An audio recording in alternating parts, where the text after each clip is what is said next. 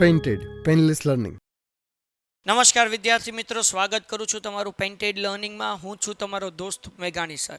આ વિડીયોમાં આપણે એક એવા વિષયની ચર્ચા કરવાના છીએ જે ગુજરાત બોર્ડ દ્વારા આપણા સુધી પહોંચાડવામાં આવ્યું છે, જાહેર નિવેદન કર્યું છે. આ માહિતી અને આ વિડીયો તમારા માટે એટલા માટે લઈને આવ્યો છું કે બહુ અગત્યનું છે. અગર તમે ધોરણ 10માં છો તો અને આ માહિતી જો ધ્યાનથી તમે અનુસરી તો ડેફિનેટલી જે પ્રોબ્લેમ આવવાના છે એ પ્રોબ્લેમથી તમે અટકી શકો. તો હું તમારો દોસ્ત મેઘાણી સર ફરીથી સ્વાગત કરું છું. તમે હજુ સુધી જો ચેનલ સબસ્ક્રાઈબ ન કરી હોય તો ચેનલ સબસ્ક્રાઈબ કરી લો અને વિડીયો લાઇક ન કરી હોય તો લાઇક કરી લો. અને સૌથી અગત્યની બાબત, તમે ધોરણ 10માં છો અને 11-12 સાયન્સની અંદર એડમિશન લેવાના છો તો બેટ સ્કૂલ છે, સારામાં સારી સ્કૂલ છે સમત્વ. નીટ અને JEEની જોરદાર તૈયારી કરાવે છે, જોરદાર એનું પરિણામ છે. એની વધુ માહિતીનું ફોર્મ નીચે ડિસ્ક્રિપ્શનમાં આપેલું છે, તમે ભરી લો, અમે તમને માહિતી પહોંચાડી દઈશું. તો આપણે આગળ વધીએ. જાહેર નિવેદનમાં કયા કયા પોઈન્ટ ગુજરાત બોર્ડ તરફથી આપણી સમક્ષ રાખવામાં આવ્યા છે તેની ચર્ચા કરીએ. ગુજરાત માધ્યમિક અને ઉચ્ચતર માધ્યમિક શિક્ષણ બોર્ડ ગાંધીનગર દ્વારા આગામી સમયમાં યોજાનાર ધોરણ 10 અને 12ની જાહેર પરીક્ષા વિશે અફવાઓ અને બનાવટી માહિતી પ્રસારિત કરવા સામે કટિબદ્ધતા. જુઓ, તમને કોઈ પણ પેપર મોકલે ને એમ કે આ બોર્ડનું વાયરલ થઈ ગયેલું પેપર છે અથવા બોર્ડમાં પૂછાયેલું પેપર છે, ફૂટી ગયેલું પેપર છે, મહેરબાની કરીને એવા સમાચાર તમે આગળ ફોરવર્ડ નહીં કરતા અને એ તમે અનુસરતા નહીં. મારી જેવા વ્યૂ મેળવવા હાટું આવું ઘણું બધું કરશે, પણ તમે જો કદાચ એ સાચું હશે ને તમે ફોરવર્ડ કર્યું તો તમે ગુનામાં આવી જશો. એટલે એ ધંધો જ નહીં કરવાનો, બરાબર. તો જો પેલો પોઈન્ટ કીધું છે કે ગુજરાત માધ્યમિક અને ઉચ્ચતર માધ્યમિક શિક્ષણ બોર્ડ જાહેર પરીક્ષા 11/3/2024 થી 26/3/2024 દરમિયાન યોજાનાર છે. બોર્ડ દ્વારા પરીક્ષા શાંતિપૂર્ણ માહોલમાં અને ગેરરીતિવહીન એટલે ગેરરીતિ વગર યોજાય તેવી વ્યવસ્થાઓ સુનિશ્ચિત કરેલી છે. તો ભાઈ એવી ગવર્મેન્ટે વ્યવસ્થા કરેલી છે કે કોઈ પણ ગેરરીતિ ન થાય, શાંતિથી પેપર પૂરા થઈ જાય, પેપર ફૂટે નહીં, કોઈ આડાવડા ખેલ કરે તો સરસ મજાની સજા પણ રાખેલી છે. એના વિડીયો પણ આપણે મૂકેલા છે, બરાબર ને. અને હજી જેટલી પણ અપડેટેડ માહિતી છે અમે તમને આપતા જ જશું. તમને અમે ભણાવશું પણ ખરા. સોમવારથી લઈને શુક્રવાર સુધી લાઈવ લેક્ચર પણ હોય છે યુટ્યુબમાં. તો ચેનલ સબસ્ક્રાઈબ કરી લો, વિડીયો લાઇક કરી લો. અને 12મા વાળા માટે તો આપણે અકાઉન્ટ સ્ટેટ બે મૂકી દીધેલું છે. તો બાપુ તમારો 100% ફાયદો થશે, પણ શરત એ છે કે તમારે આ ચેનલને સબસ્ક્રાઈબ કરવી પડશે. તો આ બધી શું કહેવાય કે વ્યવસ્થા ગવર્મેન્ટે કરી છે. પહેલા પોઈન્ટની અંદરની વાત કરી, પરીક્ષાના સમય દરમિયાન અનૈતિક તત્વો દ્વારા યુટ્યુબ, ફેસબુક કે વોટ્સઅપ, ટેલિગ્રામ, ઇન્સ્ટાગ્રામ કે અન્ય સોશિયલ મીડિયાના માધ્યમથી બોર્ડની જાહેર પરીક્ષાના પ્રશ્નપત્રની લિંક અથવા અંગે અફવા ફેલાવવી અને પરીક્ષાનું પ્રશ્નપત્ર સાચું હોવાનો ખોટો દાવો કરતા હોય છે. આવી રીતના મેં તમને કીધું કે ભાઈ મારી જેવા વ્યૂ મેળવવા માટે યુટ્યુબની અંદર એ દાવો કરતા હોય છે, ફેસબુકની અંદર આવી જતું હોય છે, સોશિયલ મીડિયાના બધી જગ્યાએ આવી જતું હોય છે. તો આવો દાવો થતો હોય છે. તો આની સામે કડક પગલાં લેવામાં આવશે. તો આ જાહેર નિવેદન દ્વારા આપણી ગુજરાત બોર્ડે આપણને જે છે એ શું કહેવાય કે માર્ગદર્શન આપ્યું છે. આવા તત્વો પ્રશ્નપત્રોની નકલી લિંક ફેલાવે છે. ખોટા પ્રશ્નપત્ર હોય ને એમ કે આ બોર્ડમાં પૂછાવનારું પ્રશ્ન છે, આમાંથી જ પૂછાશે, પ્રશ્નપત્ર ફૂટી ગયું છે, આવી ખોટી લિંક ફેલાવે. અને વિદ્યાર્થીઓ અને વાલીઓને આવા નમૂનાના પ્રશ્નપત્રમાંથી બોર્ડની જાહેર પરીક્ષાના પ્રશ્નપત્રમાં પ્રશ્નો હશે તેવી ખોટી માહિતી પણ રજૂ કરે છે. તેવી શક્યતાઓ રહે છે. જેથી આવી બાબતોથી વાલી અને વિદ્યાર્થીઓએ સાવધાની રાખવી જરૂરી છે. એટલે તમારે સાવધાની રાખવાની છે અને વાલીઓએ સાવધાની રાખવાની છે. એમ બોર્ડના પેપર ફૂટી જતા હોય તો હું જોવે, એમ ન ફૂટે. અને દર વર્ષે આવી અફવા એક ને એક તો બહાર આવતી જ હોય છે. આવા તત્વો બોર્ડની જાહેર પરીક્ષાના પ્રશ્નપત્રો હોવાનો દાવો કરી લોકો પાસેથી નાણાકીય લાભો મેળવવાની કોશિશ કરતા હોય છે.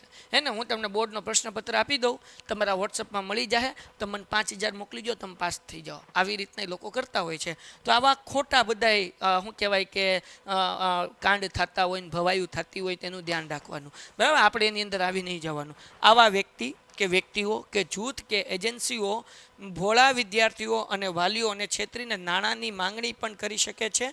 આવી બેજવાબદારીપૂર્વકની પ્રવૃત્તિઓથી વિદ્યાર્થી અને વાલી સમાજમાં મૂંઝવણ, ચિંતા અને ગભરામણ પેદા થઈ શકે છે, બરાબર. આના કારણે આ બધા જે છે એ નેગેટિવિટી ફેલાતી હોય છે, નકારાત્મકતા ફેલાતી હોય છે. બોર્ડ દ્વારા આવા નકલી સમાચાર અને અફવા ફેલાવનારાઓને પોલીસની મદદથી ઓળખીને તેમની સામે પગલાં લેવામાં આવશે. કાયદેસરની કાર્યવાહી થશે. એટલે આવું કંઈ ન થાય અને કોઈ તમારી સામે લે તો તમે તે એક્શન લઈ શકો છો. બાકી ગવર્મેન્ટે ત્યાં આનું જે છે એક્શન લેશે. પછી બોર્ડ આઈપીસી અને આઈટી એક્ટની વિવિધ જોગવાઈઓ હેઠળ સોશિયલ મીડિયા પ્લેટફોર્મ પર ન્યૂઝ ફેલાવવામાં સમાયેલ વ્યક્તિઓ સામે કડક પગલાં લેવા માટે કાયદાનું અમલીકરણ કરનાર એજન્સીઓની મદદથી પરિસ્થિતિ પર દેખરેખ રાખે છે. ઓલરેડી અમારી ચેનલ ઉપર અને બીજી બધી ચેનલ ઉપર અને સોશિયલ મીડિયા ઉપર બધી જગ્યા ઉપર જે છે આ બોર્ડની દેખરેખ છે. એટલે જો આવું કંઈ થાય તો પછી લોચા જે લોકો કરે છે એને પડી શકે છે. બોર્ડ વાલીઓને વિનંતી કરે છે કે પરીક્ષા માટે આપનું સંતાન આવી અફવાઓ પર વિશ્વાસ ન કરે અને આવા નકલી સમાચારો ફેલાવવામાં સામેલ થાય નહીં. તમારે કોઈ સમાચાર ફેલાવવા નથી, તમારે લિંક શેર કરવા નથી, તમારે ફોરવર્ડ કરવા નથી. તેમજ બોર્ડની જાહેર પરીક્ષા દરમિયાન બોર્ડ નિયત કરેલ પરીક્ષા સંબંધિત નિયમોનું પાલન કરે અને કોઈ પણ જાતની ગેરરીતિ કે ખોટી અફવાથી ગેરમાર્ગે દોરાય નહીં. આ વાલીને ધ્યાન રાખવાનું છે કે બાકી તો વિદ્યાર્થીઓ લગભગ વાંધો ન આવે, પણ અમુક મારી જેવા ભોળા હોય એ આવી ગેરનીતિમાં દોરાઈ ન જાય એ ધ્યાન રાખવાનું છે. 9મો પોઈન્ટ છે કે બોર્ડની જાહેર પરીક્ષાઓ દરમિયાન આવા અનધિકૃત સમાચારો અને અફવાઓથી જાહેર જનતા સજાગ રહે અને પરીક્ષાની પવિત્રતા જળવાઈ રહે તે માટે કોઈપણ પ્રકારના સંદેશ વ્યવહાર દ્વારા આવી માહિતી ન ફેલાવવા તાકીદ કરવામાં આવે છે. એટલે આપણને તાકીદ કરવામાં આવે છે કે ભાઈ તમે આવી માહિતી કોઈ જે ખોટી હોય એ ફેલાવતા નહીં. બરાબર. હાલો, પછી બોર્ડની જાહેર પરીક્ષાઓ સંબંધિત કોઈપણ પ્રકારના વાંધાજનક સમાચાર સોશિયલ મીડિયા કે અન્ય કોઈપણ માધ્યમથી મળે તો મહેરબાની કરીને બોર્ડના આ ઈમેલ એડ્રેસ આપ્યું છે તે ઈમેલ અથવા તો બોર્ડ કંટ્રોલ રૂમ નંબર, આ નંબર આપેલા છે આપણને, કે જિલ્લા કક્ષાએ જિલ્લા શિક્ષણ અધિકારી શ્રી કચેરીના કંટ્રોલ રૂમ ખાતે જાણ કરશો. એટલે આપણને કીધું કે આવા કોઈ તમને ન્યૂઝ મળે છે, અફવા મળે છે તો આ જગ્યાએ તમે જાણ કરી શકો છો, જેથી ગવર્મેન્ટના ધ્યાનમાં ન ચડ્યું હોય તો ધ્યાનમાં ચડી જાય. તો આ અપડેટેડ માહિતી છે, આ જાહેર નિવેદન છે કે ભાઈ ખોટી અફવાઓ માનવી નહીં અને આપણે એ ફેલાવવામાં ભોગ ન બનવું. આ વિડીયો એટલા માટે છે કે આપણા ભૂલથી પણ ભૂલ ન થઈ જાય. ઘણી વખત શું થાય કે આપણે આવ્યું કે ભાઈ આ બોર્ડમાં પૂછવાનું પેપર છે, આપણે તો રાજી થઈ જાય, આપ બાપુ હું મારા 5 ભાઈબંધને મોકલી દઉં, એ એના 5 ભાઈબંધને મોકલે, એ એના 5ને મોકલે, 5 ગ્રુપમાં જઈને એ હાન પડે કે ગુમ પછી આખું પકડાઈ જઈએ. એટલે આખું હું આમ ચેનલ પકડાય, તને કોઈ મોકલ્યું તો કે ફલાણા, તને કોઈ મોકલ્યું તો કે ફલાણા, તને કોઈ મોકલ્યું તો કે ફલાણા, એમ ફલાણા કરતી આપણા લગી પોગી જાય લિંક. અને આવું થયેલું છે અને આવી રીતના પકડતા પણ હોય છે અને આવી રીતના કેસ પણ થતા હોય છે અને આવી રીતના વિદ્યાર્થીઓના પરીક્ષાના જે પરિણામો હોય છે એ પણ રદ થયા છે. પરીક્ષા આપવા માટેને પ્રતિબંધ પણ મુકાયો છે. આવા બધા કેસો થયા છે. જીએસસીબીમાં મીન્સ કે બોર્ડની પરીક્ષામાં નથી થયું, કોલેજની પરીક્ષામાં, યુનિવર્સિટીના પરીક્ષામાં થયું છે. પછી સરકારી જોબ માટેની જે જીપીએસસીની એક્ઝામ હોય એમાં આવું થયું છે. હજુ સુધી બોર્ડમાં આવા કોઈ પ્રશ્ન નથી થયા, પણ જે મોટી એક્ઝામ હોય છે એમાં પ્રશ્ન થતા હોય છે તો ઠેઠ જડમૂળ લગી પોગીને જે અપરાધી હોય એ લોકોને જેલની સજા પણ થયેલી હોય છે. અને આમાં કાંઈ ન હાલે કે મારા બાપા કોણ છે ને હું આમ કેટલો મોટો, કાંઈ નહીં. બરાબર ને, એ જ્યારે છૂમ થવાનું હોય તો છૂમ થઈ જ જાય.